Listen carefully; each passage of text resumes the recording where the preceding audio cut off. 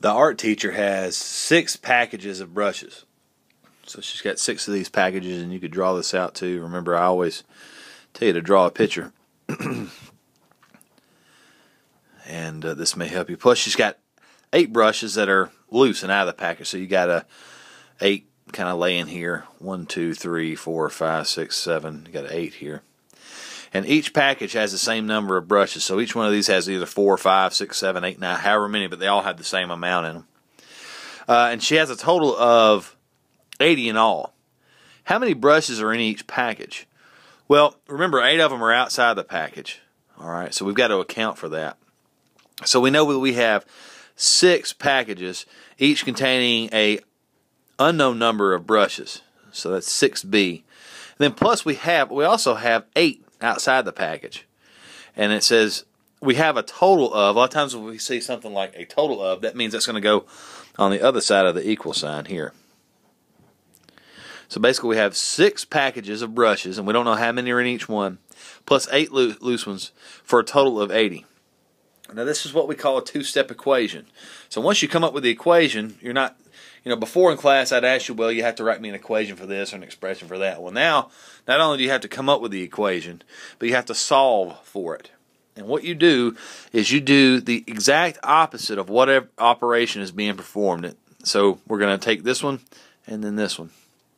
So what you have to say to yourself is, we want to solve for B, which means we want to get B by itself. All right? And I'm going to do this. I'm going to explain this one, and then I'm just going to do it much faster in the ones coming up. In order to get rid of this B, we have to subtract 8. But we have to do that from both sides. Because we're adding 8 here. We have to subtract it to get rid of it. We're going to subtract it from this side. So now we're going to end up with 6B. This cancels out to 0. And then 80 minus 8 equals 72. So what we're saying is 6B plus 8 equals 80. Well, without that plus 8, it would be a 72. And we get rid of that minus 8 from both sides. We get rid of that 8 on both sides. Now we have 6B equals 72. Well, just as we did here, we added here, we performed the exact opposite operation. We're multiplying between this 6 and this B here. So now we have to divide both sides by 6, like so. 6B divided by 6, what these two do is they just cancel out, and you're left with B equals. And then you ask yourself, well, what is 72 divided by 6? And then you would just put the 72 in the house here and put the 6 on the outside, and you would eventually get 12. So now B equals 12. Now, there's an easy way to check your work. All you have to do is take this number, 12, and plug it back into here to make sure it's right. Plug it back into the original equation to make sure it's right. Well, what do I mean by that? Well, that means 6 times what B equals, which is 12, plus 8 equals 80. 6 times 12 is 72, plus 8 equals 80. Therefore, you know that the answer is correct, B.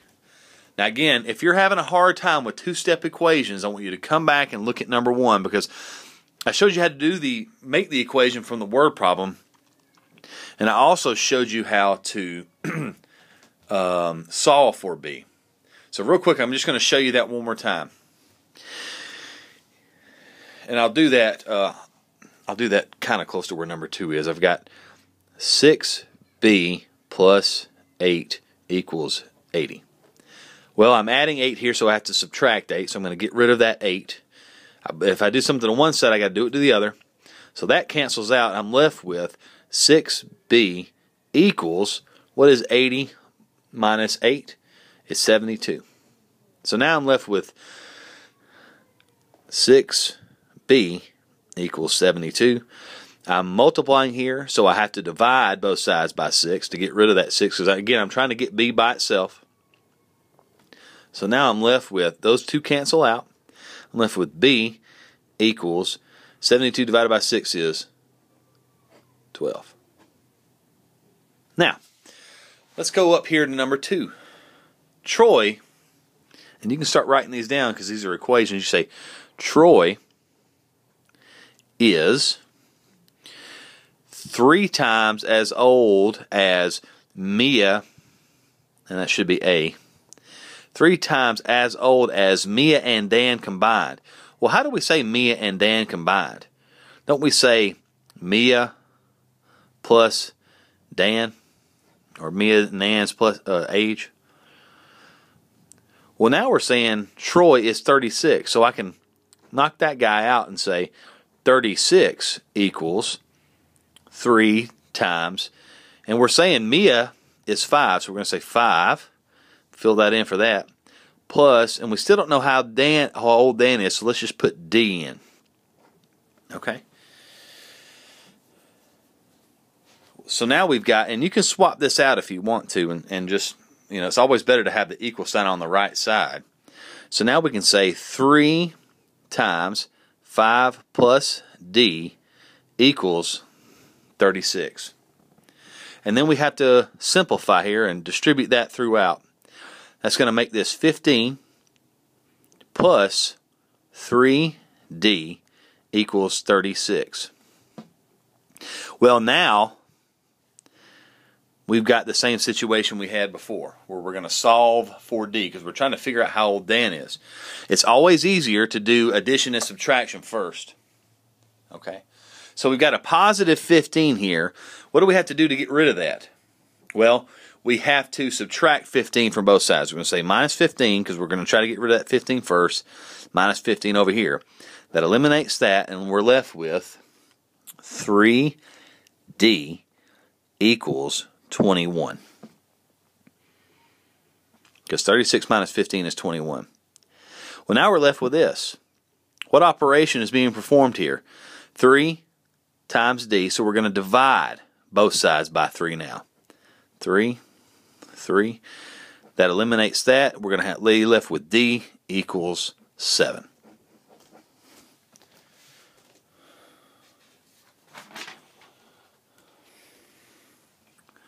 Jason makes $15 an hour, but he received a 10% raise. What is his new earnings per hour after the raise? So we know he made $15 an hour before he got a 10% raise. All we need to do is multiply the $15 times 10% to figure out what our additional money is going to be and then add it to 15. Or we can multiply it by 1.10. I'll show you what I'm talking about. If I want to say 15 and I want to figure out what 10% of it is, I would multiply that by 0.10 because I have to convert this to a decimal here. 10% is the same as 0.10 or 0.1. And if we multiply this guy out, it's going to give us an extra $1.50. Well, that's not our new hourly rate. We have to add that to what we had originally, which was 15. Now our new pay is $16.50 an hour. Or if you can actually skip a step and say, if you have an increase, you can say 15 times 1.10. That 1 standing for the original $15 and an additional 10% added on to that. Now, if you multiply this out, you're going to get the same answer, $16.50. Oops.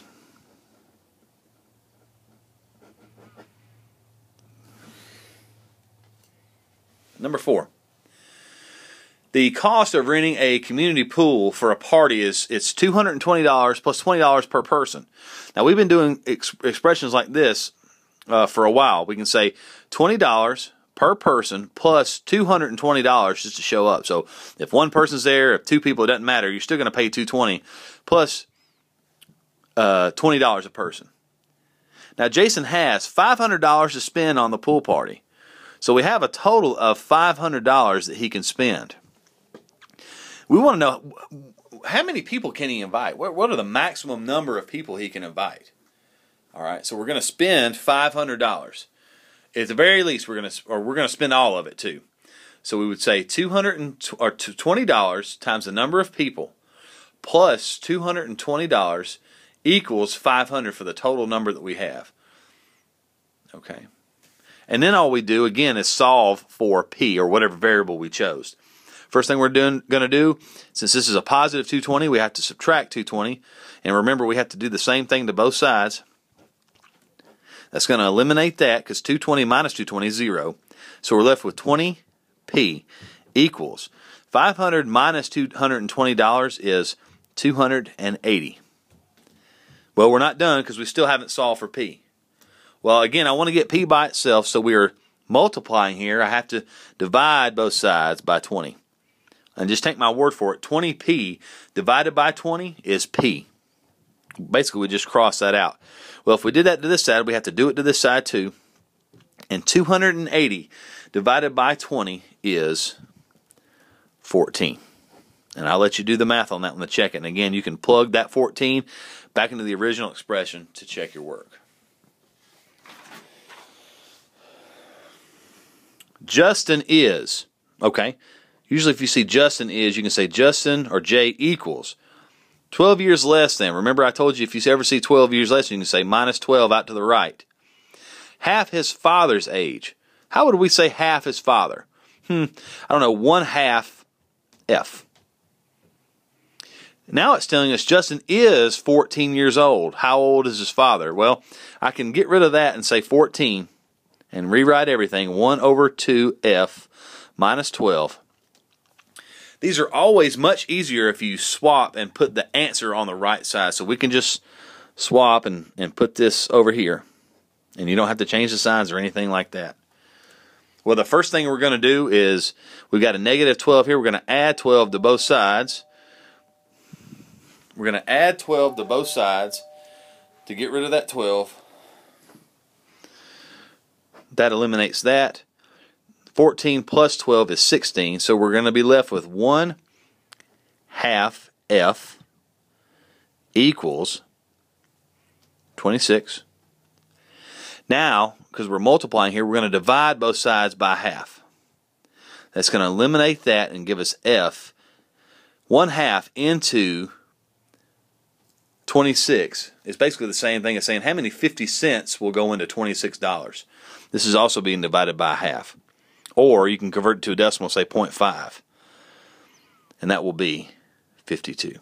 And you can plug this again back into the original formula and see if you're right. Number 6, the school librarian has just cataloged 1/4 of the new books in the school. If she cataloged 35 books so far, what is the total number of books in the school? And that should be new books in the school. So basically we're saying 1/4 times the number of books in the school equals 35. For 1/4 of the number of books equals 35. We would divide both sides by 1/4. That gets rid of that. We're left with B equals 140. Because basically if you divide by 1/4, that's the same thing as multiplying by 4. B equals 140. Again, we're solving for the variable there.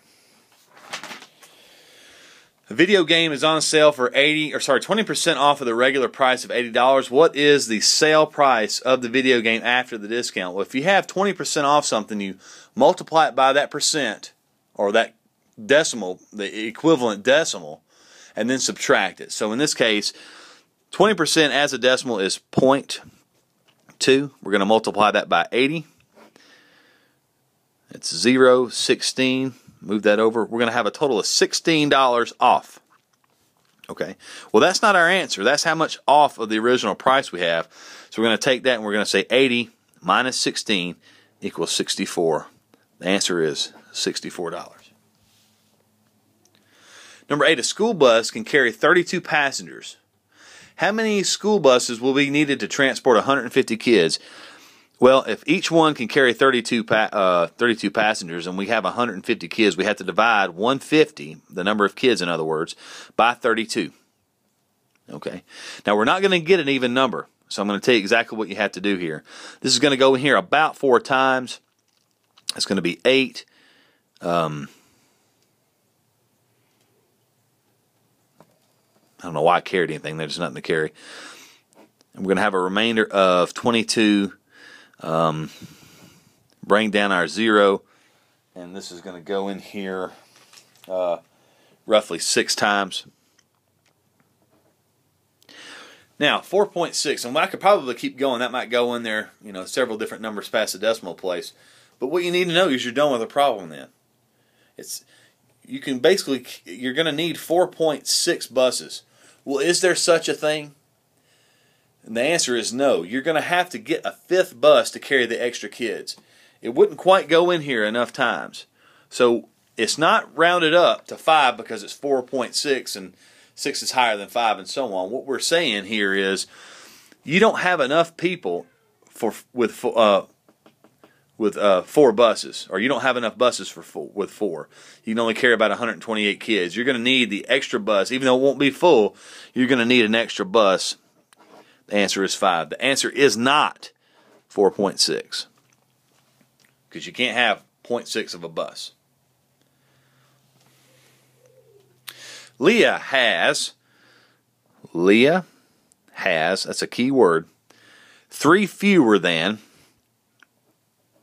on the right side, 5 times as many DVDs as Sonia. Leah has, and there was a typo here, but I fixed it on your worksheet, but Leah has 27. So now we can cross out where we said Leah, and we can say 27 equals 5D minus 3. And we're asking, how many DVDs does Sonia have? Well, D represents Sonia's DVDs. Okay? And if you want, we can swap this out for 5D minus 3 equals 27. We're going to add 3 to both sides because we have a negative 3 here. That eliminates that. We got 5D equals, these two added up as 30. And now we divide both sides, and I know I'm running out of room here. We're going to divide both sides by 5. That eliminates that. We're going to have D equals 6. Now, you'll have to forgive me if you hear a lot of screaming going on. My wife is upstairs playing with my little boy, and he gets real excited. So if you hear something crazy, that's what that is. In his bank account, Hal has. Hal equals $50 more than 1/4 of the amount of money that Bob has. How do we say 1/4 of the amount of money that Bob has? 1/4 times B. And now it's telling us that Hal has 175 in his account, so we can cross that out and say 175 equals 50 plus 1/4 B.